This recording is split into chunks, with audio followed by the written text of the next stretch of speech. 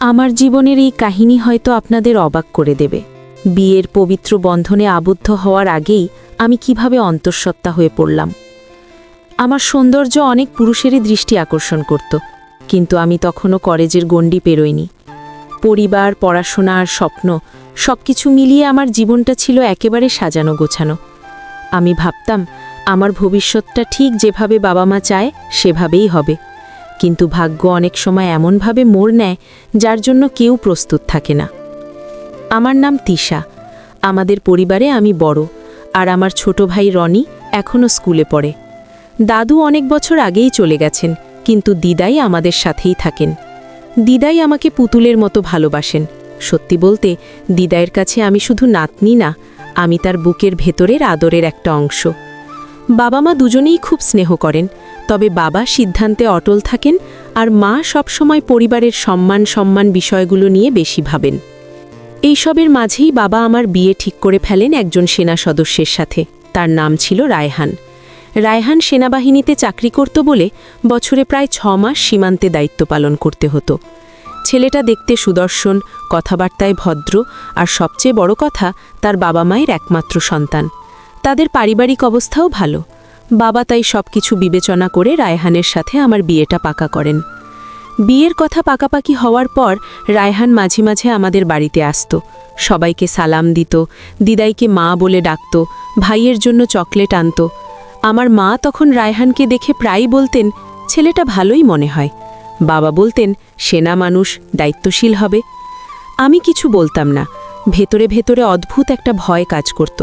আমি তো এখনও পুরোপুরি বড় হইনি, কলেজও শেষ হয়নি, আর এত দ্রুত জীবন বদলে যাবে ভাবতেই বুক কেঁপে উঠত। এভাবেই প্রায় 1 মাস কেটে গেল।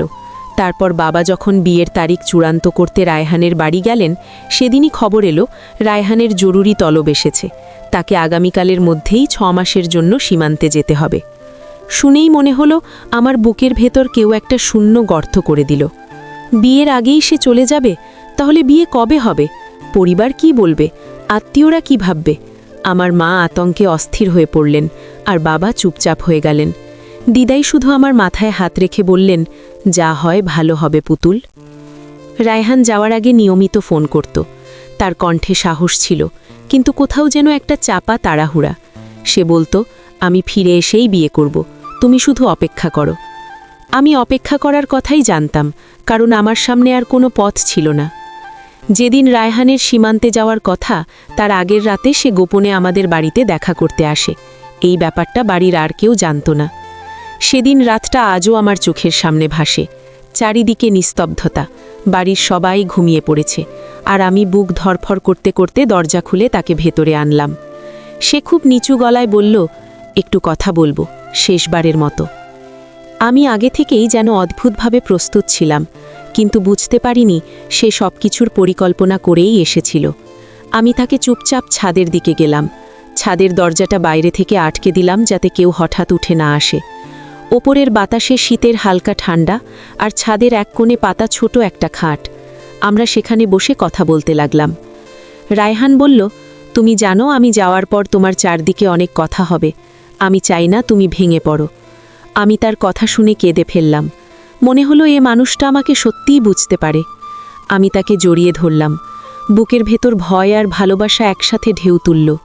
সে আমার মাথায় হাত রেখে বলল, আমি ফিরে আসব, কথা দিলাম।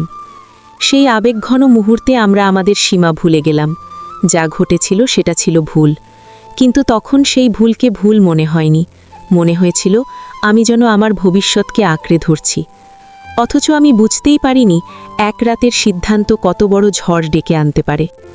রায়হান যখন যাওয়ার সময় পা বাড়ালো, আমার বুকটা ফেটে যাচ্ছিল, চোখের পানি থামছিল না।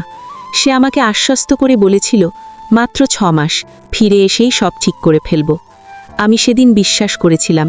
বুক ভরা বিশ্বাস নিয়ে আমি তাকে বিদায় দিয়েছিলাম, কিন্তু ভাগ্য আমার বিশ্বাসকে একেবারে অন্য জায়গায় নিয়ে দাঁড় করিয়েছিল। তার চলে যাওয়ার 1 মাস পর থেকেই আমার শরীর খারাপ লাগতে শুরু করলো। ক্ষুধা মন্দা, মাথা ঘোরা, বারবার বমি। আমি ভাবলাম হয়তো ভয় বা দুশ্চিন্তার কারণেই এমন হচ্ছে। কিন্তু একদিন বাথরুমে বমি করার সময় দিদাই শব্দ শুনে ছুটে এলেন। তিনি আমাকে ধরে বিছানায় বসিয়ে কপালে চুমু দিয়ে বললেন, আমার পুতুলটার কি হয়েছে? কয়েকদিন ধরেই দেখছি তোর মুখটা ফ্যাকাশে। আমি কিছু বলতে পারলাম না। দিদাই বললেন, চল আজ আমিই তোকে ডাক্তারের কাছে নিয়ে যাব। আমার শরীর এতটাই দুর্বল ছিল যে আর না করতে পারলাম না। আমি শুধু মাথা নেড়ে সম্মতি দিলাম। আমি স্বপ্নেও ভাবিনি ডাক্তারের কাছে গিয়ে নিজের সম্পর্কে এমন ভয়ঙ্কর সত্য জানতে হবে, এমন এক সত্য যা শুধু আমার জীবন নয়, আমার পুরো পরিবারের মাথার ওপর আকাশ ভেঙে ফেলবে। ডাক্তারের চেম্বারে ঢুকতেই বুকের ভেতর ধকধক করতে লাগলো। দিদাই সামনে বসে আছেন আর আমি চুপচাপ তার পাশে। ডাক্তার একবার আমার দিকে তাকালেন, তারপর কয়েকটা প্রশ্ন করলেন। খাওয়া দাওয়া কেমন হচ্ছে, মাথা ঘোরে কিনা, বমি কতদিন ধরে হচ্ছে। আমি খুব কম কথায় উত্তর দিলাম, যেন নিজের গলায় শব্দই আটকে যাচ্ছিল। তারপর তিনি কিছু পরীক্ষা লিখে দিলেন। দিদাই যত্ন করে আমাকে পাশের ল্যাবে নিয়ে গেলেন। রক্ত পরীক্ষা, আরও কিছু। সব কিছুই আমার কাছে তখন এক একটা অচেনা ভয় হয়ে দাঁড়ালো। দিদাই বারবার বলছিলেন, ভয় পাস না রে, ডাক্তার আছে তো। আমি মাথা নেড়ে শুধু হুঁ করছিলাম। বিকেলের দিকে রিপোর্ট হাতে নিয়ে আবার চেম্বারে ঢুকলাম। ডাক্তার রিপোর্টের দিকে তাকিয়ে একটু থমকালেন।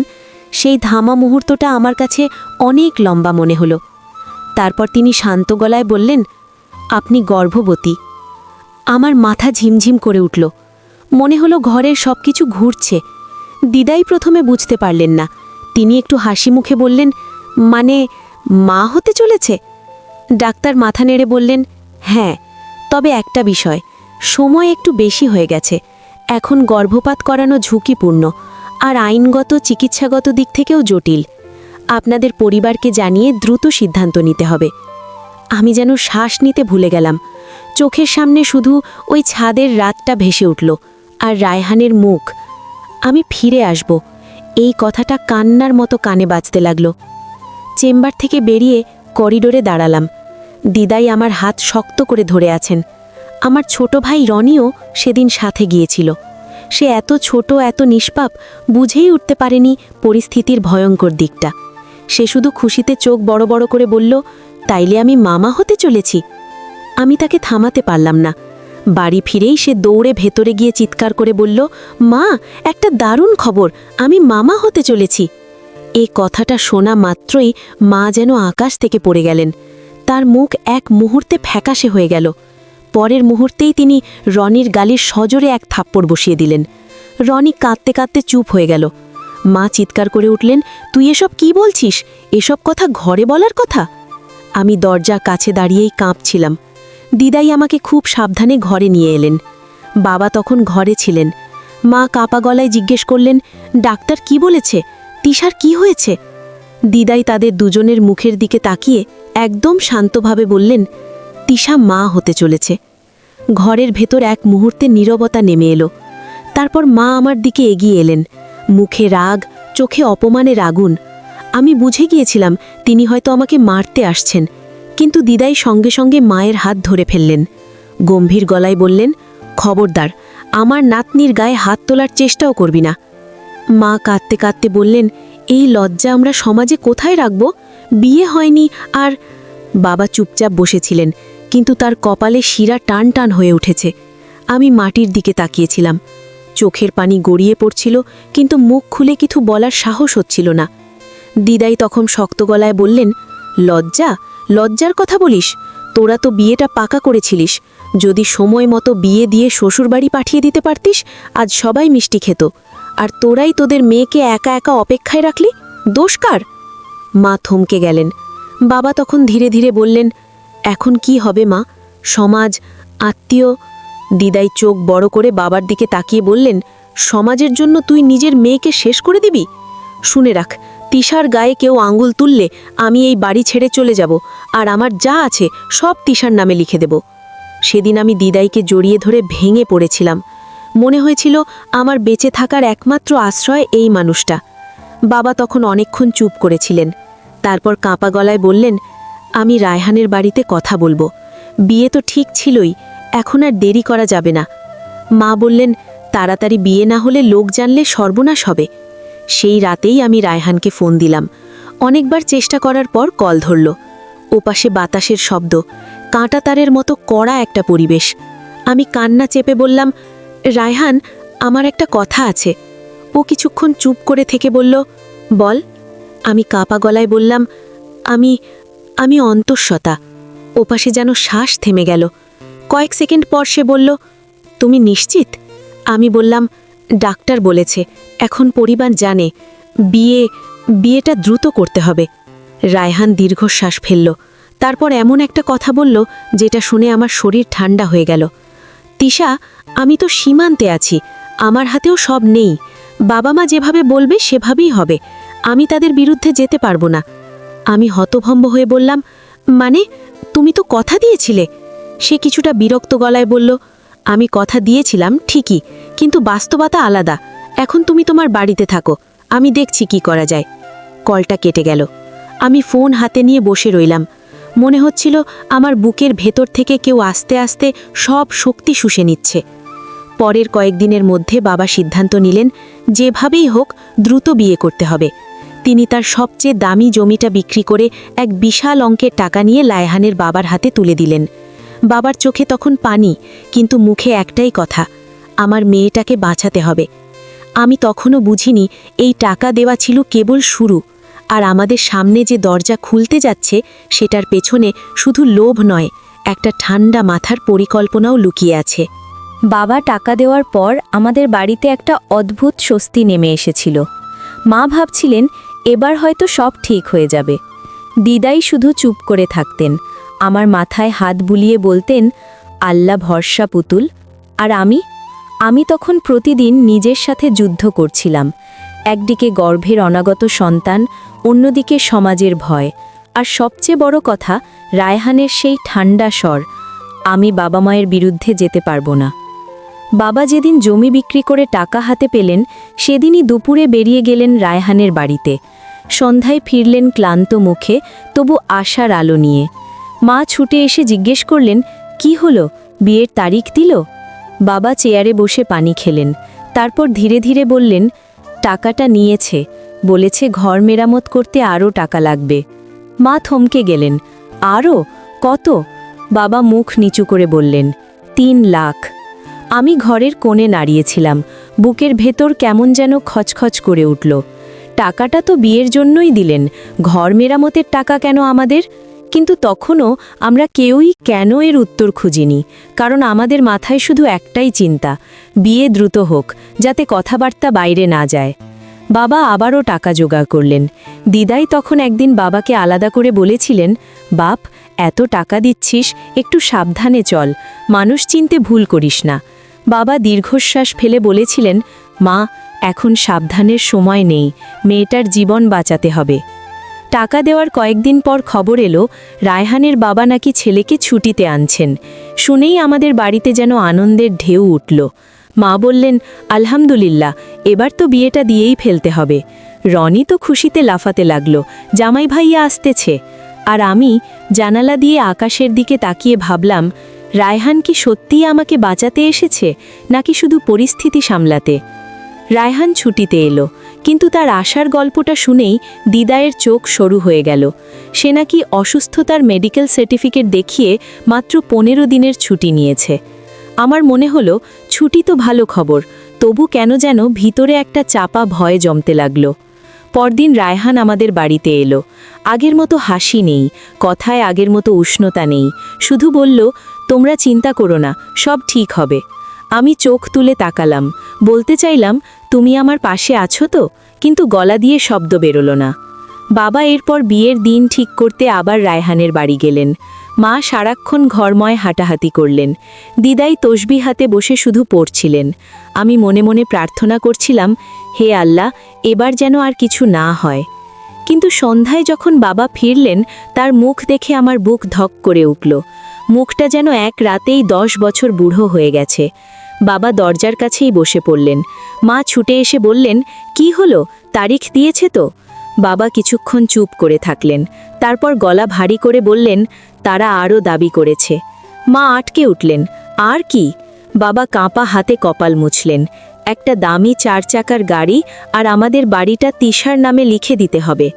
মা যেন শ্বাস নিতে ভুলে গেলেন। দিদাই চুপচাপ উঠে বাবার পাশে গিয়ে বসলেন। আমি তখন পর্দার আড়াল থেকে সব শুনছিলাম। মনে হচ্ছিল পৃথিবীটা আমার পায়ের নিচ থেকে সরে যাচ্ছে। বাড়িটা আমাদের শেষ আশ্রয়, এটা দিয়ে দিলে আমরা কোথায় যাব? বাবা ফিসফিস করে বললেন, আমি ওদের পায়ে ধরেছি, কেঁদেছি, বলেছি আমার যা ছিল সব তো দিয়েছি, আমাকে নিঃস্ব করবেন না। কিন্তু ওরা বলেছে গাড়ি আর দলিল না দিলে বিয়ে হবে না। মা কান্না চাপতে পারলেন না। তিনি বললেন, ওরা কি মানুষ, এই সময়েও এমন কথা? দিদাই তখন কঠিন গলায় বললেন, এটা বিয়ে না, এটা ব্যবসা, আর ব্যবসার পণ্য বানাতে চাই তোর মেয়েকে। বাবা মাথা নিচু করে বললেন, মা আমি কি করব, সমাজ মুখ দেখাবো কিভাবে? দিদাই টেবিলে হাত ঠুকে বললেন, সমাজ সমাজ করিস না, তোর মেয়ের দিকে তাকাস, আর শোন, এমন লোভী ঘরে তিশাকে বিয়ে দেবি না। এই কথাটা শুনে আমি আর থাকতে পারলাম না। ধীরে ধীরে সামনে গিয়ে দাঁড়ালাম। আমার কণ্ঠ কাঁপছিল, তবু বললাম, বাবা ওরা যদি আমাকে মানুষ না ভাবে, শুধু টাকা ভাবে, তাহলে এই বিয়ে আমি চাই না। মা আমার দিকে তাকিয়ে ফিসফিস করে বললেন, চুপ কর, এখন আবেগের সময় না। আমি চোখ ভেজে গেলেও শক্ত করে বললাম, আমার জীবনে একটা ভুল হয়েছে ঠিক আছে, কিন্তু সেই ভুলের দায়ে কি তোমরা সবাই সর্বস্ব হারাবে? আমি চাই না তোমাদের মাথা নিচু হোক। বাবা তাকালেন আমার দিকে। সেই চোখে ছিল অসহায়ত্ব, ভালোবাসা আর ভয়, সব একসাথে। তিনি ধীরে ধীরে বললেন, তিশা আমি তোকে বাঁচাতে চাই। আমি বললাম, তাহলে রায়হানকে ফোন করো, আমি কথা বলবো। সেই রাতেই আমি রায়হানকে ফোন দিলাম। কল ধরতেই বললাম, তোমাদের বাড়ি গাড়ির দাবি বন্ধ করো, আমার বাবা আর পারবে না। ওপাশ থেকে রায়হান দীর্ঘশ্বাস ফেলল।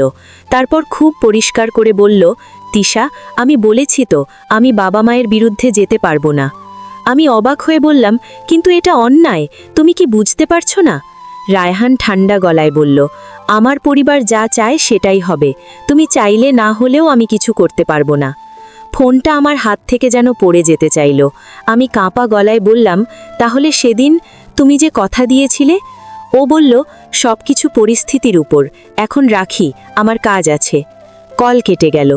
আমি বুঝে গেলাম রায়হান শুধু দূরে নেই, সে আমাদের বিপক্ষেই দাঁড়িয়ে আছে। দিদাই আমার পাশে এসে দাঁড়ালেন। তিনি আমার কাঁধে হাত রেখে বললেন, পুতুল কাঁদিস না, আজ থেকে তুই একা না, তোর সাথে আমি আছি। বাবা তখন চুপচাপ বসেছিলেন। কিছুক্ষণ পর খুব ধীর গলায় বললেন, বিয়ে হবে, ওরা যা বলেছে, আমি দেখি কি করা যায়। আমি হঠাৎ করে বাবার সামনে হাঁটু গেড়ে বসে পড়লাম। বললাম, বাবা প্লিজ, আর নয়, আমাকে বাঁচাতে গিয়ে তোমরা শেষ হয়ে যেও না। বাবার চোখে পানি চলে এলো। তিনি আমার মাথায় হাত রাখলেন, কিন্তু কোনো কথা বললেন না। সেই নীরবতার মধ্যেই ঠিক হলো, বিয়ে হবে, মণ্ডপ বসবে, অতিথি ডাকা হবে। কিন্তু আমার বুকের ভেতর কোথাও যেন ঘণ্টা বাজতে লাগলো। এই বিয়ে মঙ্গল নিয়ে আসছে না, এটা নিয়ে আসছে আরও বড় একটা ঝড়। আর সেই ঝড়ের ঠিক মাঝখানে দাঁড়িয়ে আছি আমি, আমার গর্ভের শিশুসহ। বিয়ের আয়োজন শুরু হয়ে গেল খুব দ্রুত, যেন সময়ের সাথে পাল্লা দিয়ে সবাই দৌড়াচ্ছে। আত্মীয়দের ফোন, বাজার সদাই, রান্নার তালিকা, মণ্ডপ সাজানো, সব কিছুই। মা বারবার বলতেন যেন কারো কানে না যায়। বাবা মুখে কিছু বলতেন না, শুধু চুপচাপ কাজ করতেন। কিন্তু আমি বুঝতে পারতাম তিনি ভিতরে ভিতরে ভেঙে পড়ছেন। আর দিদাই, তিনি একা একা সব লক্ষ্য করতেন, শুধু মুখ খুলতেন না। তার নীরবতাই তখন আমাকে ভয় লাগাতো, কারণ দিদাই যখন নীরব হন, বুঝতে হয় তিনি ভেতরে কিছু বড় সিদ্ধান্ত নিচ্ছেন। বিয়ের আগের দিন রাতে আমি ঘুমাতে পারিনি। জানালার পাশে বসেছিলাম অনেকক্ষণ। মনে হচ্ছিল এই বিয়েটা আমার জন্য আশ্রয় না, বরং একটা ফাঁদ, যেখানে আমার পরিবারকে টেনে নিয়ে যাচ্ছে কেউ। মায়ের চোখে ছিল ভয়, বাবার চোখে ছিল ক্লান্তি, আর আমার চোখে ছিল অনিশ্চয়তা। রনি এসে আমার পাশে বসে বলল, আপু জামাই ভাইয়া কি আমার জন্য আবার চকলেট আনবে? আমি জোর করে হাসলাম, বললাম দেখা যাবে। কিন্তু বুকের ভেতর কেমন একটা মোচড় উঠল। রনির নিষ্পাপ হাসিটা যেন এই বাড়ির শেষ শান্তির চিহ্ন। বিয়ের দিন সকালেই বাড়ি ভরে গেল মানুষে। সাজগোজ, গয়না, শাড়ি, সব কিছু ঠিকঠাক। আমাকে সাজাতে সাজাতে মা কাঁদছিলেন, আবার চোখ মুছে বলছিলেন, সব ঠিক হয়ে যাবে। আমি আর কিছু বলিনি। দিদাই পাশে বসে শুধু আমার হাত ধরেছিলেন। তার হাতের উষ্ণতায় আমি একটু সাহস পেলাম। তিনি ফিসফিস করে বললেন, পুতুল ভয় পাস না, অন্যায় করলে কেউ রেহাই পায় না। বিকেলের দিকে বরযাত্রী এলো। ঢোলের শব্দ, আলোর ঝলক, লোকজনের ভিড়, সবকিছু দেখে বাইরে থেকে মনে হচ্ছিল আনন্দের উৎসব, কিন্তু আমার বুকের ভেতর তখন শুধুই চাপা কান্না। রায়হানকে দেখলাম, পরিপাটি পোশাক, মুখে চাপা হাসি। সে আমার দিকে তাকালো, কিন্তু চোখ সরিয়ে নিল দ্রুত, যেন আমার চোখের ভেতরে তাকালে সত্যটা বের হয়ে যাবে। মণ্ডপে বসার পর নিয়মমতো কাজ চলছিল। পুরোহিত মন্ত্র পড়ছিলেন, সবাই ব্যস্ত। বাবা পাশে দাঁড়িয়ে বারবার ঘাম মুছছিলেন। হঠাৎ আমি দেখলাম রায়হানের বাবা বাবাকে আলাদা করে ডাকলেন। তারা একটু দূরে দাঁড়ালেন। আমি দূর থেকেও বাবার মুখের পরিবর্তন বুঝতে পারছিলাম। হঠাৎ করে যেন রং ফিকে হয়ে গেল। কিছুক্ষণ পর বাবাকে রায়হানের বাবা উচ্চ গলায় এমনভাবে কথা শোনালেন যে আশেপাশের কয়েকজনও শুনে ফেলল। ভাই সাহেব, কথা তো ছিল গাড়ির চাবি আর বাড়ির কাগজ আজই হাতে পাবো। ওগুলো না থাকলে আজকের বিয়ে এখানেই থেমে যাবে। আমার মাথা গরম হয়ে উঠল, শরীর কাঁপতে লাগলো। আমি দেখলাম বাবা হাত জোর করে কিছু বলছেন, কিন্তু তাদের মুখে কোনো করুণা নেই। মা দূরে দাঁড়িয়ে কাঁপছিলেন। আত্মীয়রা ফিসফিস শুরু করে দিল। আমার বুকের ভেতর তখন একটা কথাই ঘুরছিল, এরা বিয়ে করতে আসেনি, এরা এসেছে শেষটা নিতে। মালা বদলের ঠিক আগ মুহূর্ত। সবাই বলছে, চল তাড়াতাড়ি করো। পুরোহিত ইশারা দিচ্ছেন। রায়হান যেন পাথর হয়ে বসে আছে, কিছু বলছে না। আমি আর স্থির থাকতে পারলাম না, মণ্ডপ থেকে উঠে দাঁড়ালাম। সবাই অবাক। মা ফিসফিস করে বললেন, তিশা বস, কি করছিস? আমি কারো কথা শুনলাম না। আমার চোখ গিয়ে থামল বাবার মুখে, সেই অসহায় চোখ, যে চোখ আমাকে সবসময় আগলে রাখত। আজ সেই চোখটা কাঁদছে, কারণ সে মেয়েকে বাঁচাতে গিয়ে নিজেকে শেষ করছে। আমি নিজের গলা শক্ত করে বললাম, বিয়ে হবে শর্তে, আর শর্ত হবে গাড়ি দলিল। রায়হানের বাবা ভ্রু কুচকে বললেন, মেয়েটা বেয়াদব কেন? আমরা যা বলেছি তা মানতে হবে। আমি বললাম, আপনারা বিয়ে করছেন না, আপনারা দাম হাঁকছেন। মণ্ডপে গুঞ্জন শুরু হয়ে গেল। রায়হান তখন উঠে দাঁড়িয়ে আমার হাত ধরতে এলো, নিচু গলায় বলল, তিশা প্লিজ, এখন এসব করো না। আমি হাত ছাড়িয়ে নিলাম, বললাম, এখন নয়তো কখন? আমার বাবার শেষটুকুও কি আপনারা ছাড়বেন না? রায়হানের বাবা আবার বললেন, বাড়াবাড়ি করলে আমরা বিয়ে না করেই চলে যাব। আমি একদম স্থির গলায় বললাম, তাহলে যান, আমার পরিবারকে নিঃস্ব করে আমাকে পণ্য বানিয়ে বিয়ে করার দরকার নেই। মা তখন কেঁদে ফেললেন। মুখ দেখাবো কিভাবে? আমি মায়ের দিকে তাকিয়ে বললাম, মা, মুখ দেখানোর ভয়েই তো এতদূর এসেছে, কিন্তু আজ বুঝেছি যে বিয়েতে সম্মান থাকে না সেই বিয়েতে ছায়াও ভালো না। রায়হানের বাবা বাবার দিকে তাকিয়ে বললেন, তাহলে দলিল দিন, না হলে অনুষ্ঠান বন্ধ। সেই মুহূর্তে আমার মাথায় শুধু একটা সিদ্ধান্তই ছিল। আমি পাশের টেবিল থেকে কাগজপত্রের ফোল্ডারটা টেনে নিলাম, যেটা বাবা সকাল থেকেই আঁকড়ে রেখেছিলেন। সবাই চিৎকার করে উঠল, এইটা কি করছো? আমি ফোল্ডার খুলে কাগজগুলো বের করলাম, আর সেখানে রাখা আগুনের সামনে কাগজের এক কোণ ধরিয়ে দিলাম। আগুনে কাগজগুলো কুঁকড়ে উঠল। মা চেঁচিয়ে উঠলেন, তিশা! বাবা এগিয়ে এসে থামালেন না, শুধু দাঁড়িয়ে রইলেন। হয়তো প্রথমবার তিনি দেখলেন তার মেয়ের চোখে ভয় নেই, আছে প্রতিবাদ। রায়হান হতভম্ব হয়ে আমার দিকে তাকিয়ে বলল, তুমি এটা করলে কেন? আমি তার চোখের দিকে তাকিয়ে বললাম, কারণ তোমাদের লোভের কাগজ আমার পরিবারের কান্নার চেয়েও দামি হতে পারে না। তারপর খুব শান্তভাবে বললাম, আর রায়হান, তুমি বলেছিলে তুমি ফিরে এসে সব ঠিক করবে, কিন্তু তুমি তো শুরু থেকেই সব বলতে শুধু তোমাদের চাহিদা বুঝিয়েছিলে। রায়হানের মা তখন কড়া গলায় বললেন, এ মেয়ে বিয়ে হওয়ার যোগ্যই না। দিদাই এতক্ষণ চুপ করেছিলেন। হঠাৎ তিনি সামনে এগিয়ে এলেন, চোখে আগুন, কণ্ঠে বজ্র। তিনি রায়হানের বাবার সামনে দাঁড়িয়ে বললেন, যে ঘরে মেয়েকে দাম দিয়ে মাপা হয় সে ঘরে আমার নাতনির বিয়ে হবে না। রায়হানের বাবা তেড়ে এসে বলল, আপনি আমাকে অপমান করছেন?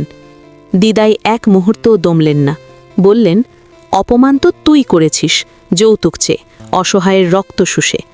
তারপর দিদাই আমার বাবার হাত ধরলেন, বললেন, ভয় পাস না, আইন আছে, আল্লাহ আছে। তিনি পকেট থেকে ফোন বের করে স্পষ্ট গলায় বললেন, আমি পুলিশে কল করছি, এখানে বিয়ের মণ্ডপে যৌতুক দাবি করা হচ্ছে। মণ্ডপে হইচই পড়ে গেল। কেউ বলল, এ কি করলেন? কেউ বলল, এটা ঠিক না। আবার কেউ চুপ হয়ে গেল, কারণ সত্যটা সবাই বুঝে ফেলেছে। রায়হান তখন দিদাইকে থামাতে চাইল, দিদিমা প্লিজ, এটা করলে আমার চাকরি। আমি কেঁপে উঠলাম, বললাম, তোমার চাকরির ভয় আছে, কিন্তু আমার জীবনের ভয় ছিল না সেদিন রাতে? আমার পরিবারের সর্বনাশের ভয় ছিল না আজ? দিদাই ফোন কানে রেখেই বললেন, যে অন্যায় করে তার শাস্তি পেতেই হবে। কিছুক্ষণের মধ্যেই পুলিশ এসে পৌঁছালো। মণ্ডপের বাতিগুলো তখনও জ্বলছিল, কিন্তু আনন্দের আলো আর ছিল না, ছিল সত্যের তীব্র আলো। পুলিশ এসে রায়হানের বাবাকে জিজ্ঞেস করল, আপনার বিরুদ্ধে যৌতুক দাবির অভিযোগ সত্যি কিনা? রায়হানের বাবা ঘাবড়ে গিয়ে বলল, না না, ভুল বোঝাবুঝি। বাবা হঠাৎ করে কাঁপা গলায় বলে উঠলেন, না অফিসার, ওরা টাকা নিয়েছে, আবার গাড়ি দলিল চাইছে। আমার মেয়ের জীবনের দুর্বলতা নিয়ে ওরা আমাদের নিঃস্ব করতে চেয়েছে। আমার বুকের ভেতর তখনও কাঁপুনি, কিন্তু অদ্ভুতভাবে আমি হালকা লাগছিলাম, যেন বহুদিন পর শ্বাস নিতে পারছি। পুলিশ রায়হানের বাবাকে ও তার সাথে থাকা একজনকে আলাদা করে নিল। লোকজনের ভিড় আরও বেড়ে গেল। রায়হান দাঁড়িয়েছিল পাথরের মতো। কেউই জানে না সে কাকে বাঁচাবে, পরিবারকে নাকি সত্যকে। আর আমি দাঁড়িয়ে রইলাম দিদাইয়ের পাশে। মনে মনে শুধু একটা কথাই বললাম, আজ থেকে আমার সন্তানের ভবিষ্যৎ আমি লোভের হাতে দেব না, কোনোভাবেই না। পুলিশ আসার পর মণ্ডপটা এক মুহূর্তে কেমন থমকে গেল। লোকজনের মুখে মুখে কথা, কেউ সমর্থন করছে, কেউ আবার ফিসফিস করে বলছে, এত বড় কেলেঙ্কারি। কিন্তু আমার চোখ ছিল বাবার দিকে। বাবার কাঁধটা যেন হঠাৎ অনেক ভারী হয়ে গেছে। তবু তিনি দাঁড়িয়ে আছেন। মা একপাশে বসে কাঁদছিলেন, মুখ ঢেকে। রনি ভয়ে আমার হাত আঁকড়ে ধরে আছে। আর দিদাই, তিনি যেন পাহাড়ের মতো দৃঢ়, একদম নড়ছেন না। পুলিশ রায়হানের বাবাকে ও তার সাথে থাকা একজনকে জিজ্ঞাসাবাদ করল। তারা প্রথমে অস্বীকার করল, তারপর নানা কথা বলে পরিস্থিতি সামলাতে চাইল। কিন্তু বাবা তাদের টাকা দেওয়ার কথাটা, ঘর মেরামতের জন্য অতিরিক্ত টাকা নেওয়ার কথাটা সবই বললেন। কিছু আত্মীয়ও তখন সামনে এসে বলল, আমরাও শুনেছি গাড়ি আর দলিল না দিলে বিয়ে হবে না বলেছে। কথাগুলো জমতে জমতে শক্ত প্রমাণ হয়ে গেল। রায়হান তখনও চুপ। সে শুধু একবার আমার দিকে তাকালো। সেই চোখে করুণা নয়, ছিল ভয়। যেন সে ভাবছে আজকের ঘটনার পর তার জীবনটা কোথায় গিয়ে দাঁড়াবে। আমি বুঝলাম তার ভয়টা আমাকে নিয়ে না, তার ভয় নিজের ভবিষ্যৎ নিয়ে। পুলিশ যখন তাদের নিয়ে যেতে চাইছিল, রায়হানের মা হঠাৎ আমার মায়ের দিকে ঝাঁপিয়ে পড়ল। কাঁদতে কাঁদতে বলল, আপনারা আমাদের সর্বনাশ করে দিলেন, ছেলের চাকরি যাবে। দিদাই সঙ্গে সঙ্গে সামনে গিয়ে দাঁড়ালেন। শান্ত কিন্তু ধারালো গলায় বললেন, যে অন্যায় করে তার শাস্তি হলে সেটা সর্বনাশ না, সেটাই ন্যায়। রায়হান এবার এগিয়ে এলো। সে বাবার সামনে হাত জোড় করল, বলল, আঙ্কেল, ভুল হয়ে গেছে, আপনি চাইলে আমি সব ঠিক করে দেব, পুলিশে না গেলে হতো। বাবা কাঁপা গলায় বললেন, সব ঠিক? আমার জমি গেছে, আমার ঘাম ঝরা টাকা গেছে, আমার মেয়ের জীবনটা তছনছ হয়ে গেল, এগুলো ঠিক হবে কিভাবে? রায়হান কিছু বলতে পারল না। আমি তখন সামনে এসে দাঁড়ালাম। গলা কাঁপলেও কথা পরিষ্কার ছিল। বললাম, তোমরা যে ঠিক বলছো সেটা আসলে আমাদের নীরব থাকা, যাতে তোমাদের লোভের চাহিদা পূরণ হয় আর আমরা মাথা নিচু করে থাকি। রায়হান মুখ নামিয়ে বলল, তিশা, আমি অসহায়। আমি তীব্রভাবে বললাম, অসহায় আমি ছিলাম যেদিন তোমার কথায় বিশ্বাস করে আমি নিজের জীবনটা হাতে তুলে দিয়েছিলাম। সেই কথা বলতেই বুকের ভেতর চাপা কান্না বেরিয়ে এলো, কিন্তু আমি চোখের পানি মুছলাম না, কারণ আজ আমার চোখের পানি লুকোনোর দিন না। পুলিশ তাদের গাড়িতে তুলল। মণ্ডপের বাইরে সাইরেনের শব্দ দূরে মিলিয়ে গেল। লোকজন একে একে বেরিয়ে যেতে লাগল। কেউ সাহস করে এসে আমার বাবার কাঁধে হাত রাখল, কেউ আবার চুপ করে মুখ ফিরিয়ে নিল। সমাজের সেই চিরচেনা রূপ, যেখানে কেউ পাশে দাঁড়ায় কম আর বিচার করে বেশি। রাতের দিকে বাড়িতে ফিরে আমরা সবাই যেন নিস্তব্ধ। বাড়ির ভেতর এতদিন পরও আলো জ্বলছে, কিন্তু মনে হচ্ছে কোনো উৎসব নেই। একটা যুদ্ধ শেষ হয়েছে মাত্র, আর আরেকটা যুদ্ধ শুরু হতে যাচ্ছে। মা রান্নাঘরে গিয়ে বসে পড়লেন। বললেন, এখন মানুষ কি বলবে? দিদাই বললেন, মানুষ যা বলার বলবে, তোর মেয়ের জীবনের চেয়ে বড় তাদের কথা না। মা কান্না চেপে বললেন, কিন্তু তিশার তো বাচ্চা। এই কথাটা বলতে গিয়ে মায়ের গলা আটকে গেল, কারণ সত্যি সবচেয়ে বড় প্রশ্নটা তখনও রয়ে গেছে, আমার গর্ভের সন্তানের ভবিষ্যৎ কি? বাবা সেদিন প্রথমবার আমার সামনে বসে অনেকক্ষণ চুপ করে রইলেন। তারপর ধীরে ধীরে বললেন, মা, তুই ভয় পেয়েছিস? আমি মাথা নিচু করে বললাম, আমি ভয় পাই না বললে মিথ্যে হবে, কিন্তু আমি চাই না আমার জন্য তোমরা ভেঙে পড়ো। বাবা চোখ মুছে বললেন, তুই আমাদের মেয়ে, তোর পাশে না দাঁড়ালে আমরা বাবা মা কিসের? আমি আর নিজেকে ধরে রাখতে পারলাম না। বাবার পা ছুঁয়ে কাঁদতে লাগলাম। বাবা আমাকে উঠিয়ে বুকের কাছে টেনে নিলেন। সেই মুহূর্তে মনে হলো আমার স্বামী নেই, কিন্তু আমার পরিবার আছে, আর এই পরিবারই আমার শক্তি। কিন্তু সব কিছু এত সহজ ছিল না, কারণ পুলিশের মামলা হওয়ায় গ্রামের মহল্লার কথা আরও বাড়তে লাগলো। পরদিন থেকেই প্রতিবেশীরা ইঙ্গিতপূর্ণ কথা বলতে শুরু করলো। কেউ বলল, মেয়েটা বোধহয় ঠিক ছিল না। কেউ বলল, বিয়ে ভেঙে দিয়েছে, এখন কি হবে? মা এইসব শুনে আরও ভেঙে পড়তেন। দিদাই তখন মাকে শক্ত করে বলতেন, মুখ বন্ধ রাখ, পুতুলের পাশে দাঁড়া। এই মাঝেই একদিন দুপুরে কল এলো, রায়হান। ফোনটা দেখেই আমার হাত কেঁপে উঠল। দিদাই বললেন, ধর, শোন কি বলে। আমি কল ধরলাম। ওপাশ থেকে রায়হানের কণ্ঠ আগের চেয়ে অনেক নরম। তিশা, আমি তোমার সাথে দেখা করতে চাই। আমি ঠান্ডা গলায় বললাম, কেন? সে বলল, সব গণ্ডগোল হয়ে গেল, পুলিশ, বাবা। আমি চাই তোমাকে বিয়ে করে সব শেষ করতে, তবুও তোমার আর আমার তো সম্পর্ক ছিল। আমি এক মুহূর্তের জন্য থমকে গেলাম। তারপর বললাম, সম্পর্ক ছিল ঠিক, কিন্তু তুমি সেটা সম্পর্ক হিসেবে রাখোনি, তুমি সেটাকে ঢাল বানিয়েছ তোমাদের লোভ ঢাকার জন্য। রায়হান বলল, তুমি চাইলে আমি আদালতে গিয়ে বলবো আমি তোমাকে গ্রহণ করব। আমি ধীরে ধীরে বললাম, তুমি গ্রহণ করবে, কিন্তু শর্ত ছাড়া? সে কিছুক্ষণ চুপ করে থেকে বলল, আমি চেষ্টা করব। এই চেষ্টা শব্দটাই আমার বুকের ভেতর আগুন লাগিয়ে দিল। আমি বললাম, রায়হান, আমি আর তোমার চেষ্টা বিশ্বাস করি না। আমার সন্তানের ভবিষ্যৎ চেষ্টার উপর থাকবে না। সে কাঁপা গলায় বলল, তাহলে তুমি কি করবে? আমি বললাম, আমি মা হব, আমি একাই যথেষ্ট। তারপর ফোনটা কেটে দিলাম। ফোন কাটার পর আমার হাত কাঁপছিল, চোখ ভিজে যাচ্ছিল, কারণ সম্পর্ক ভাঙা সহজ না। কিন্তু দিদাই আমার মাথায় হাত রেখে বললেন, সঠিক সিদ্ধান্ত নিয়েছিস পুতুল। দিন গড়াতে লাগলো, আমার গর্ভের সময় বাড়তে লাগলো, সাথে সাথে বাড়তে লাগলো শারীরিক কষ্ট, বমি, দুর্বলতা, হাঁটতে সমস্যা। মা আবারও যত্নবান হতে শুরু করলেন। তিনি বুঝতে শুরু করলেন, সমাজ যাই বলুক, এই সন্তানের জন্য আমাকেই বাঁচতে হবে। বাবা নিয়মিত ডাক্তার দেখাতে নিয়ে যেতেন। দিদাই রাতে আমার পাশে বসে দোয়া পড়তেন। একদিন রাতে দিদাই হঠাৎ বললেন, তুই জানিস তিশা, মানুষের লোভ একদিন তাদেরই ডুবায়। রায়হানরা আজ যা করেছে তার ফল একদিন পাবে। আমি জানালা দিয়ে বাইরে তাকালাম। আকাশে চাঁদ ছিল।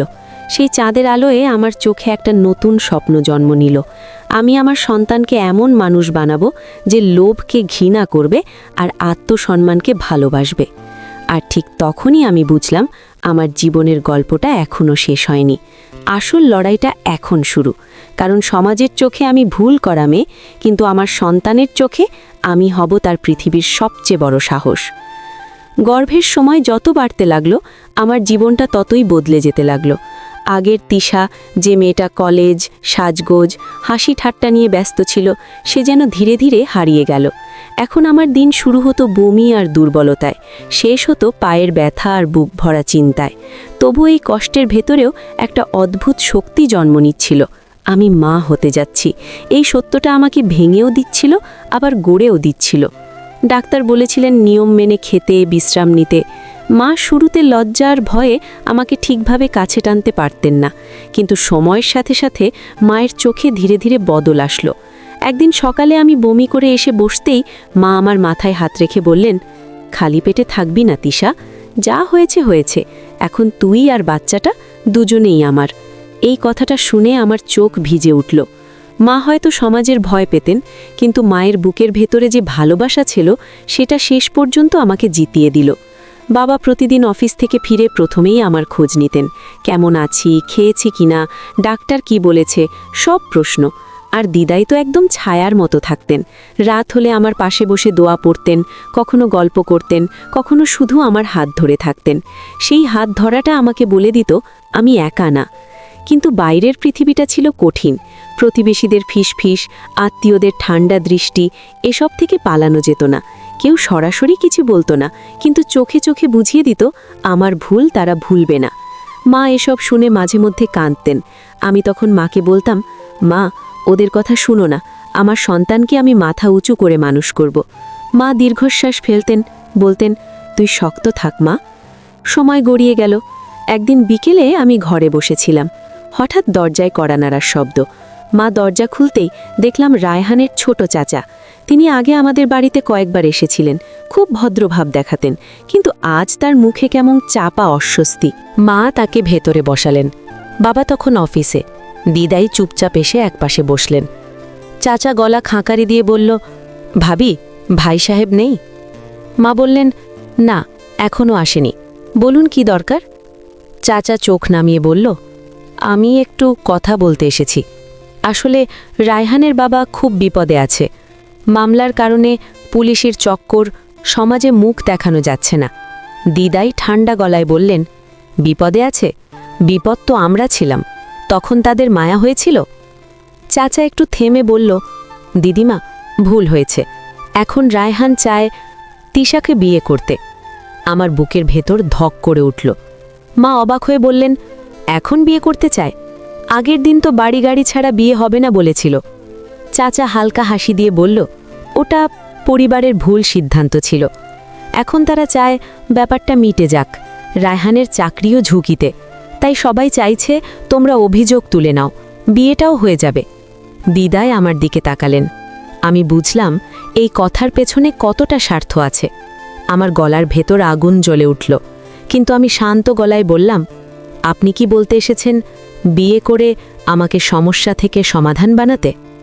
চাচা একটু অস্বস্তি নিয়ে বলল, না না, আমি শুধু বলছি বাচ্চার ভবিষ্যৎ, একটা বাবা থাকা দরকার। আমি চোখের পানি চেপে বললাম, বাবা থাকা দরকার, হ্যাঁ, কিন্তু যে বাবা দায়িত্ব নেয় না, যে বাবা অন্যায়ের সামনে দাঁড়ায় না, তার নাম বাবা হয় কি করে? চাচা বলল, তুমি মামলা তুলে নিলে বিয়ের পরে সব ঠিক হয়ে যাবে। দিদাই তীব্র গলায় বললেন, ঠিক হয়ে যাবে? মেয়ের পেটে বাচ্চা এনে টাকা খেয়ে আবার দলিল চাইতে এসে এখন বলছে ঠিক? তোর ভাই আর তার ছেলে তো আমাদের নিঃস্ব করতে চেয়েছিল। চাচা মাথা নিচু করে বলল, আমি জানি, কিন্তু এখন পরিস্থিতি। ঠিক তখনই বাবা ঘরে ঢুকলেন। চাচাকে দেখে বাবার মুখ শক্ত হয়ে গেল। বাবা বসে বললেন, কি কথা? চাচা আবার সব বলল, মামলা তুলে নেওয়া, বিয়ে, সম্মান বাঁচানো। বাবা চুপ করে শুনলেন, তারপর ধীরে ধীরে বললেন, ভাই, আমি তো তাদের পায়ে ধরেছি। তারা আমার জমি বিক্রি করিয়েছে, তারপরও গাড়ি দলিল চাইছে। এখন তারা সম্মান বাঁচাতে চাইছে। আমার মেয়ের তখন সম্মান কোথায় ছিল? চাচা নরম গলায় বলল, ভাই, সমাজ। বাবা থামিয়ে দিলেন, সমাজের ভয় দেখাবেন না। আমি আমার মেয়েকে বাঁচাতে চাই। আর সত্যি কথা, আমি চাই না তিশা এমন ঘরে যাক যেখানে তাকে দাম দিয়ে কেনা হবে। চাচা শেষ চেষ্টা করল, আমার দিকে তাকিয়ে বলল, তিশা, অন্তত সন্তানের কথা ভাবো। একা মানুষ করা সহজ না। আমি তখন খুব ধীরে কিন্তু খুব দৃঢ়ভাবে বললাম, সহজ না জানি, কিন্তু অসম্মান আর লোভের ছায়ায় বড় হওয়া আরও কঠিন। আমার সন্তান যদি কষ্টও পায়, সে অন্তত মাথা উঁচু করে বলবে তার মা আত্মসম্মান বেঁচে দেয়নি। চাচা উঠে দাঁড়ালো, চলে যাওয়ার আগে বলল, ভেবে দেখো, সময় আছে। দিদাই বললেন, সময়ের দরকার নেই, সিদ্ধান্ত হয়ে গেছে। চাচা চলে গেলে ঘরটা আবার নিস্তব্ধ। মা চুপচাপ কাঁদছিলেন। বাবা একদম ক্লান্ত গলায় বললেন, তিশা, তুই ঠিক করেছিস তো?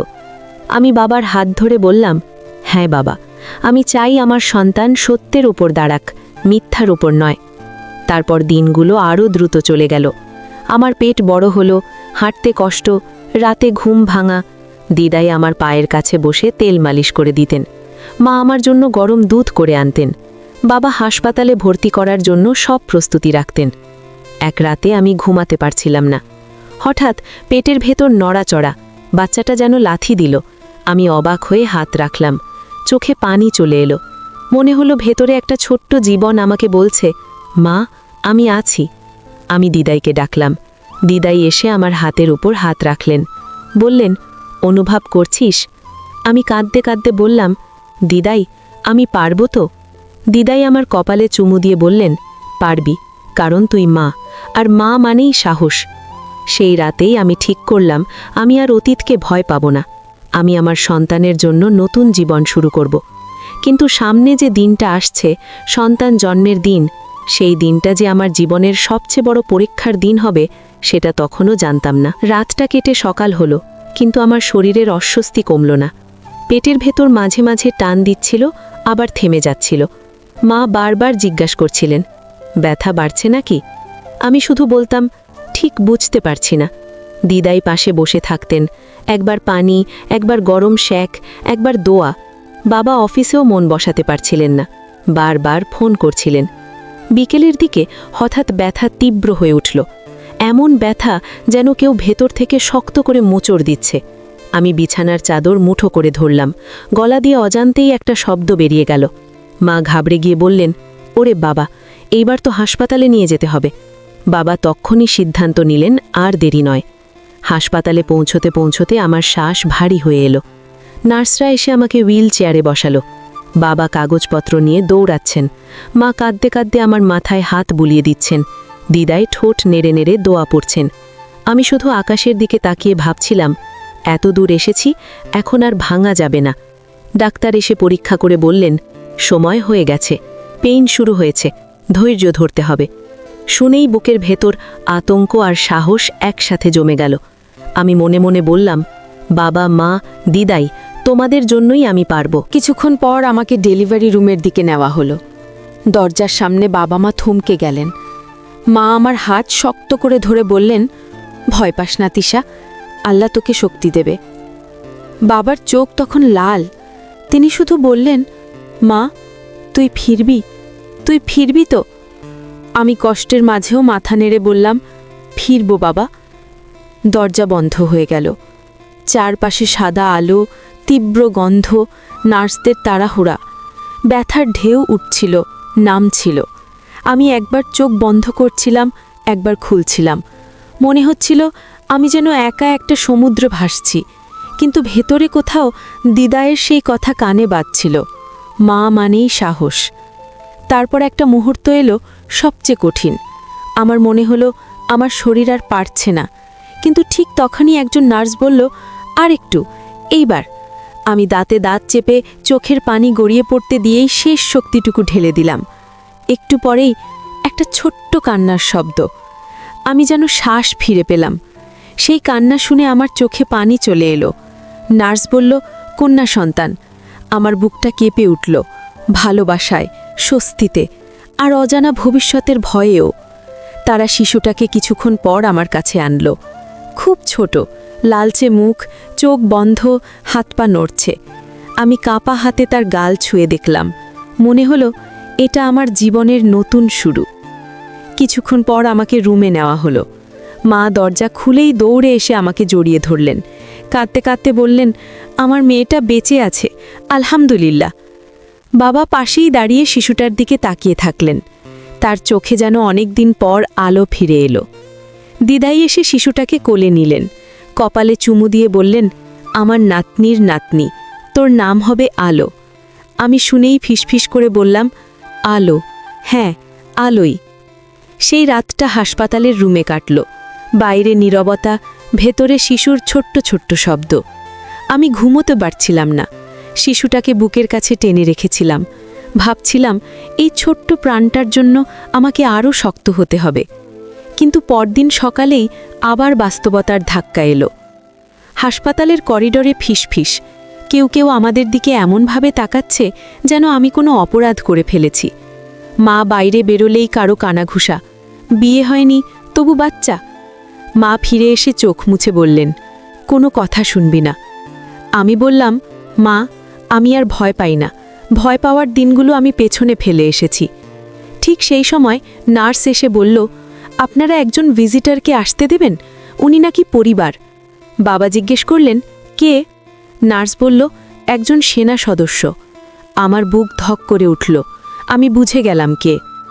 কিছুক্ষণ পর দরজায় কড়া নাড়ার শব্দ। বাবা দরজা খুলতেই রায়হান দাঁড়িয়ে। ইউনিফর্মে নেই, কিন্তু তার ভঙ্গিতে সেই আগের কর্তৃত্ব। চোখ দুটো ক্লান্ত, তবু মুখে একটা কৃত্রিম কোমলতা। সে বাবাকে নমস্কার করে বলল, আমি বাচ্চাটাকে দেখতে এসেছি। বাবা ঠান্ডা গলায় বললেন, কিসের অধিকার নিয়ে?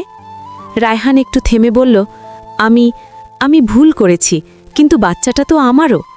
মা রাগে কাঁপতে লাগলেন। এখন মনে পড়েছে? তখন তো বলেছিলে বাবা মায়ের বিরুদ্ধে যেতে পারবে না। রায়হান আমার দিকে তাকালো। আমি বিছানায় আধা শোয়া, বাচ্চাটা পাশে। আমার বুকের ভেতর এক মুহূর্তের জন্য পুরনো স্মৃতি কেঁপে উঠল, কিন্তু আমি তাকে জিততে দিলাম না। রায়হান ধীরে ধীরে বলল, তিশা, তোমার সাথে আমার বিয়ে হওয়া উচিত ছিল। সব গণ্ডগোল হয়েছে। আমি চাই বিষয়টা মিটিয়ে ফেলতে। আমি বাচ্চাটাকে নিজের নামে নিতে চাই। এতে তোমারও সম্মান থাকবে, আমারও। আর মামলাও একটু হালকা হবে। এই কথাটা শুনে আমার শরীর ঠান্ডা হয়ে গেল। বুঝলাম সে এখনও সমাধান বলে নিজের স্বার্থই ভাবছে। শিশুর দিকে তাকিয়ে মনে হলো আমার আলোকে আবার কোনো চুক্তির কাগজ বানাতে এসেছে। দিদাই তখন সামনে এগিয়ে এলেন, চোখে সেই চেনা আগুন। বললেন, তোর সম্মান? তুই আমাদের সম্মান কোথায় রেখেছিলি? জমি বেচে টাকা দিলাম, তাও তুই চুপ। দলিল চাইলে তুই চুপ। আজ বাচ্চা দেখে তোর বাবা সুলভ টান জেনে উঠেছে? না, আইনের ভয় জেগেছে। রায়হান একটু তেতে উঠল। দিদিমা, আপনি এমন বলবেন না, আমি দায়িত্ব নিতে চাই। আমি শান্তভাবে বললাম, দায়িত্ব শর্তে নয় রায়হান। তুমি যে কথায় কথায় বাবা মা বলো, সেই বাবা মাকে একবারও বলেছ যৌতুক চাওয়া অন্যায়? বলেছ আমাদের ভাঙবে না? বলেছ তিশাকে আমি সম্মান দেব? রায়হান চুপ করে গেল। তারপর আমি খুব ধীরে বললাম, তুমি আমার সন্তানের বাবা হতে চাও, তবে আগে মানুষ হও। যেদিন তুমি সত্যিকারভাবে অন্যায়ের বিরুদ্ধে দাঁড়াবে, সেদিন কথা হবে, এখন নয়। রায়হান গলা নিচু করে বলল, তাহলে তুমি আমাকে দূরে রাখবে? আমি শিশুটাকে বুকের কাছে টেনে নিয়ে বললাম, আমি আমার মেয়েকে লোভের ছায়া থেকে দূরে রাখব, এটাই সত্য। বাবা তখন দরজার দিকে ইশারা করে বললেন, আপনি যান, এখন আমাদের মেয়ের বিশ্রাম দরকার। রায়হান একবার শিশুটার দিকে তাকালো। চোখে একটা মুহূর্তের জন্য আর্দ্রতা এসেছিল, কিন্তু সেই আর্দ্রতার পেছনেও আমি নিশ্চিত হতে পারলাম না সেটা ভালোবাসা নাকি হারানোর ভয়। সে আর কিছু না বলে বেরিয়ে গেল। দরজা বন্ধ হতেই মা হাউমাউ করে কেঁদে উঠলেন। আবার শুরু হলো। দিদাই মাকে শক্ত করে বললেন, কাঁদিস না, আজ তোর মেয়ের হাতে প্রমাণ আছে, সে ভেঙে যায়নি। বাবা আমার দিকে তাকালেন, বললেন, তিশা, তুই যা বলেছিস ঠিক বলেছিস, কিন্তু সামনে ঝামেলা বাড়তে পারে। আমি শিশুটার মুখের দিকে তাকালাম। তার ছোট্ট ঠোঁট কেঁপে উঠল, যেন ঘুমের ভেতরও সে আমাকে ভরসা দিচ্ছে। আমি বললাম, বারুক বাদা, আমি প্রস্তুত। হাসপাতাল থেকে বাড়ি ফিরলাম কয়েকদিন পর। বাড়ির দরজায় পা দিতেই দিদাই ঘরের চার কোণে দোয়া পড়ে ফু দিলেন। বললেন, এই ঘরে আজ নতুন প্রাণ এসেছে, কোনো কুদৃষ্টি লাগবে না। মা শিশুটাকে কোলে নিয়ে একবার হাসলেন। সেই হাসিটা অনেক দিন পর দেখলাম, কিন্তু শান্তি বেশি দিন টিকল না। এক সন্ধ্যায় আমাদের বাড়ির সামনে হঠাৎ কয়েকজন লোক এসে দাঁড়ালো। কারো মুখে কৌতূহল, কারো মুখে বিচার। শুনলাম রায়হানের পরিবার নাকি গ্রামে কথা ছড়াচ্ছে, মেয়েটা উচ্ছৃঙ্খল, আমাদের ছেলেকে ফাঁসিয়েছে। কেউ কেউ বলতে শুরু করেছে, বাচ্চাটা কার? আমি শুনে বুকের ভেতর আগুন জ্বলে উঠল। মা ভয়ে দরজা বন্ধ করতে চাইলেন। বাবা বললেন, বন্ধ করলে মানুষ আরও বেশি সন্দেহ করবে। দিদাই চুপ করে আমার দিকে তাকালেন। কি করব সেই সিদ্ধান্তটা যেন আমার হাতে দিলেন। আমি শিশুটাকে বুকের কাছে রেখে ধীরে ধীরে বারান্দায় গেলাম। লোকজন তাকালো। আমার গলা কাঁপলেও আমি বললাম, আপনারা যারা কথা শুনে এসেছেন, শুনে রাখুন, আমার মেয়ের জন্ম নিয়ে আমি লজ্জিত নই। লজ্জা তাদের যারা দুর্বলতা দেখলেই লুটে নিতে চায়। লোকজন ফিসফিস থামালো না, কিন্তু আমার কথা তাদের বুকের কোথাও একটা দাগ কাটল। আমি সেটা বুঝতে পারলাম। সেই রাতেই বাবা বললেন, এভাবে চললে তোর আর আলোর জীবন কঠিন হবে। মামলা চলছে, ওরা চাপ দেবে। আমি বললাম, চাপ দিক, আমি একটাই চাই, আমার মেয়ের নাম কেউ কাদা মাখাতে পারবে না। আর ঠিক তখনই বুঝলাম সামনে হয়তো আর একটা বড় সিদ্ধান্ত নিতে হবে, কারণ শুধু বেঁচে থাকলেই হয় না, মাথা উঁচু করে বাঁচতে হলে কখনো কখনো সবচেয়ে বড় সাহসের কাজটা করতে হয়, নিজের জীবনকে নিজের হাতে তুলে নেওয়া। সেই রাতের পর থেকে আমাদের বাড়িটা যেন আর আগের মতো রইল না। চারপাশে কানাঘুষি, মাঝে মধ্যে দরজার সামনে লোক দাঁড়িয়ে থাকা, সব কিছু মিলিয়ে মনে হতো আমরা যেন নিজের ঘরেই পরের মানুষ। মা বারবার দরজা বন্ধ করে রাখতে চাইতেন, বাবা চুপচাপ থাকতেন, কিন্তু আমি বুঝতাম তিনি ভিতরে ভিতরে সিদ্ধান্ত নিচ্ছেন। আর দিদাই, তিনি একদম স্পষ্ট করে বললেন, যদি কুৎসা থামাতে হয়, সত্যটাকে সামনে আনতে হবে। পরদিন সকালে বাবা আমাকে ডেকে বললেন, তিশা, তুই যদি রাজি থাকিস আমি মামলা চালিয়ে যাব, আমরা ভয় পেলে ওরা আরও সাহস পাবে। আমি আলোকে বুকে টেনে বললাম, চালিয়ে যাও বাবা, আমি আর পালাবো না। কয়েক সপ্তাহ পর মামলার তারিখ পড়ল। আমরা আদালতে গেলাম। আমার বুক কাঁপছিল, কারণ জীবনে প্রথমবার এত মানুষের সামনে দাঁড়িয়ে নিজের জীবনের সত্য নিয়ে কথা বলতে হবে। দিদাল আমার হাত ধরেছিলেন, বাবা কাগজপত্র নিয়ে দাঁড়ালেন, মা চোখ মুছছিলেন বারবার। আলো তখন খুব ছোট, ঘুমিয়েছিল আমার কোলে, কিন্তু তার নিঃশ্বাস যেন আমাকে সাহস দিচ্ছিল। রায়হানের পরিবারও এসেছিল, তাদের চোখে মুখে ছিল ক্ষোভ আর একটা অদ্ভুত আত্মবিশ্বাস, যেন তারা ভাবছে সমাজ তাদের পক্ষে থাকবে। কিন্তু আদালত সমাজ না, আদালত প্রমাণ দেখে। বাবা জমি বিক্রির কাগজ, টাকা দেওয়ার সাক্ষ্য, অতিরিক্ত দাবির কথাগুলো সব তুলে ধরলেন। কয়েকজন আত্মীয়ও সাক্ষী দিলেন যে বিয়ের মণ্ডপে স্পষ্টভাবে গাড়ি দলিল দাবি করা হয়েছিল। দিদাই গম্ভীর গলায় বললেন, আমি নিজে ফোন করেছি পুলিশে, কারণ অন্যায় চোখের সামনে ঘটেছে। রায়হানের পক্ষ থেকে অনেক কথা বলা হলো, ভুল বোঝাবুঝি, মেয়ের পরিবার সম্মান বাঁচাতে চায়নি, এই সব। তারপর রায়হান নিজে দাঁড়ালো। সে বলল, আমি পরিস্থিতির শিকার, আমি শান্তি চাই। বিচারক একটাই প্রশ্ন করলেন, আপনি কি কখনো যৌতুক দাবির বিরুদ্ধে দাঁড়িয়েছেন? রায়হান চুপ করে গেল। সেই নীরবতাই অনেক কিছু বলে দিল। সেদিন আদালত থেকে বেরিয়ে আমার মনে হলো আমি হেরে যাইনি। হয়তো যুদ্ধটা লম্বা, কিন্তু সত্যটা এবার কাগজে উঠেছে। বাড়ি ফিরতে ফিরতে মা আমার দিকে তাকিয়ে বললেন, তুই সত্যি বদলে গেছিস রে। আমি বললাম, মা, আমি বদলাইনি, আমি শুধু ভাঙা মানুষটা দিয়ে নতুন করে নিজেকে দাঁড় করিয়েছি। এরপরের দিনগুলোতে চাপ আরও এলো। রায়হানের পরিবার আবার লোক লাগিয়ে কথা ছড়াতে চেষ্টা করল, কিন্তু এবার লোকজনের চোখেও কিছু পরিবর্তন হয়েছে। কারণ সবাই জানে মণ্ডপে পুলিশ এসেছিল, মামলা হয়েছে, আদালতে প্রমাণ গেছে। মিথ্যা আর আগের মতো শক্ত থাকল না। একদিন বিকেলে রায়হান আবার ফোন করল, বলল, তিশা, আমি আলোকে দেখতে চাই। আমি শান্তভাবে বললাম, দেখা চাইলে আদালতের বাইরে নয়, মানুষ হয়ে দেখাও, আগে সত্য বলো, অন্যায়ের বিরুদ্ধে দাঁড়াও। সে গলা নিচু করে বলল, আমি পারিনি। আমি বললাম, যে পারে না সে দাবি করতে পারে না। তারপর কল কেটে দিলাম। সেই রাতে দিদাই আমাকে পাশে বসিয়ে বললেন, পুতুল, তুই কি জানিস সবচেয়ে বড় জয় কি? আমি বললাম, কি? দিদাই আমার মাথায় হাত রেখে বললেন, নিজেকে ক্ষমা করে সামনে এগিয়ে যাওয়া। তুই ভুল করেছিস ঠিক, কিন্তু ভুলের শাস্তি হিসেবে তুই মাথা নিচু করিসনি, তুই সত্যের পাশে দাঁড়িয়েছিস। তারপর বাবা একটা বড় সিদ্ধান্ত নিলেন, আমাকে আবার পড়াশোনায় ফিরিয়ে দেবেন। শুরুতে আমি ভয় পেয়েছিলাম, আমি মা, আমার হাতে একটা শিশু, আমি কিভাবে পড়ব? বাবা বললেন, তুই পারবি, আমরা আছি, তোর জীবন শেষ হয়নি। মা সেদিন প্রথমবার হাসতে হাসতে বললেন, আমি আলোকে দেখব, তুই পড়াশোনা কর। ধীরে ধীরে আমার দিনগুলো গুছিয়ে এলো। আলো বড় হতে লাগলো। তার ছোট্ট হাত দিয়ে আমার আঙুল ধরত, আমার মুখের দিকে তাকিয়ে হাসত, আর আমার মনে হতো আমি একা নই, আমার ভেতরে একটা নতুন পৃথিবী জন্ম নিচ্ছে। সময়ের সাথে সাথে মামলার একটা রায়ও এলো। রায়হানের পরিবার আর সহজে বুক ফুলিয়ে চলতে পারল না, তাদের মুখের জোর কমে গেল। আমাদের বাড়ির সামনে দাঁড়িয়ে কেউ আর আগের মতো সাহস করে কথা শোনাতে এলো না। বাবা হারানো সবকিছু একদিনে ফিরে পেলেন না, কিন্তু যে জিনিসটা ফিরে পেলেন সেটাও আরও বড়, নিজের মেয়েকে বাঁচানোর গর্ব। আজ আমি স্বামী থাকা সত্ত্বেও নেই, কারণ কাগজে নাম থাকলেই কেউ মানুষ হয় না। কিন্তু আমার পাশে আছে আমার বাবা মা, দিদাই আর আমার আলো। আমি এখন তাদের সাথেই থেকে আমার মেয়েকে 2 হাত দিয়ে মানুষ করছি। আমি জানি আমার পথ সহজ না, তবু আমি বিশ্বাস করি যে মা আত্মসম্মান বাঁচাতে পারে, সে মা তার সন্তানকে জীবনও শিখাতে পারে।